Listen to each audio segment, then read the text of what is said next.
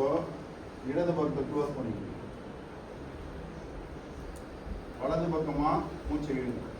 வலது பக்கமாகவே இழுத்து வலது பக்கமாகவே விடுங்க. ஸோ அது எப்படின்னா 1:2 3 வாட்டி பண்ணுங்க. வலது பக்கமாகவே இழுத்து வலது பக்கமாகவே விடுங்க. 3 வாட்டி பண்ணுங்க.